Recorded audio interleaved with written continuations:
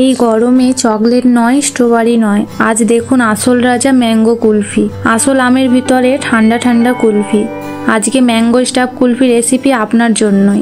এমন কুলফি আগে খেয়েছেন? বাইরে নয়, ঘরে বানিয়ে ফেলুন, একদম দোকানের থেকে ভালো। পুরো ভিডিওটা দেখলে আপনিও ওয়াও বলতে বাধ্য। আমি প্রথমে দুটো বড় সাইজের পাকা আম নিয়ে নেব। এবার দুটো আমের ভেতর থেকে আটিটা বের করে নেব। তার জন্য ছুরি দিয়ে আমের মুখটা কেটে আটির চারপাশে এরকম ছুরি দিয়ে কেটে খুব সহজে আমের আটিগুলো বের করে নেব।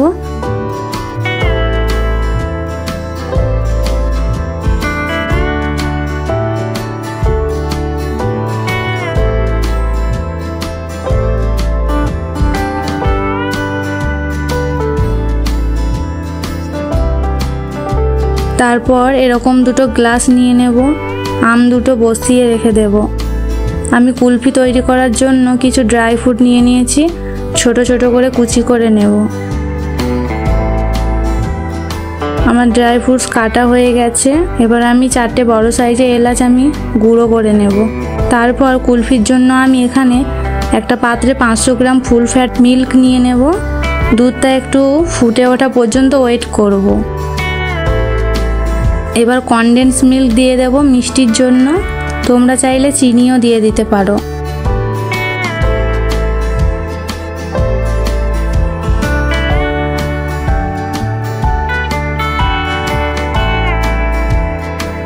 ভালো করে নেড়ে ছেড়ে আগে থেকে করে রাখা এলাচ গুঁড়ো দিয়ে দেব আর কুচি করে রাখা ড্রাই ফ্রুটস দিয়ে দেব।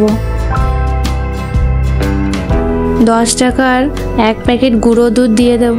এতে করে দুধটা খুব গাঢ় আর খুব সুন্দর খেতে লাগবে।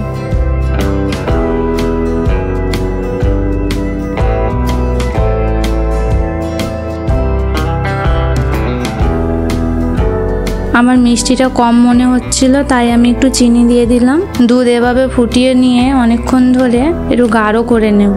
দেখো আমার দুধটা খুব গাঢ় হয়ে গেছে। এরকম গাঢ় হওয়ার কারণে খুব সহজেই কুলফিটা বসে যাবে, খেতেও খুব দারুণ লাগবে।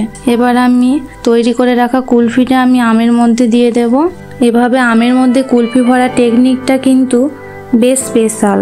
একটু পরেই দেখাবো একদম পারফেক্টভাবে কিভাবে ফ্রিজে সেট করবেন।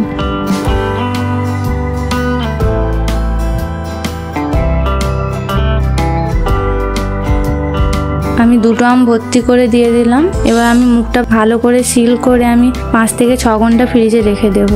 5 থেকে 6 ঘন্টা পরে আমি বের করে নিলাম। দেখো কি সুন্দর জমাট বেঁধে গেছে। এবার আমি একটা আলু ছিলা মেশিন দিয়ে আমি এভাবে আমের খোলাগুলোকে ছিলে নেব। আপনারা চাইলে ছুরি দিয়েও এভাবে ছিলে নিতে পারেন।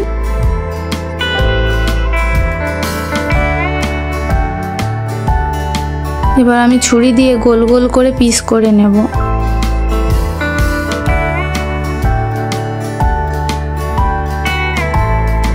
দেখো কুলফিটা কি সুন্দর জমে গেছে।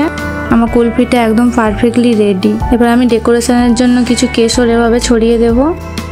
আশা করি যদি আজকে ম্যাঙ্গো স্টাফ কুলফি রেসিপিটা ভালো লেগে থাকে তাহলে একটা লাইক দিয়ে পাশে থাকুন আর চ্যানেলটা সাবস্ক্রাইব করে দিন। এমন মজাদার রেসিপি রোজ নিয়ে আসছি ইনশাআল্লাহ। পরের ভিডিওতে দেখা হবে। ততক্ষণ ভালো থাকুন, সুস্থ থাকুন। আল্লাহ হাফিজ।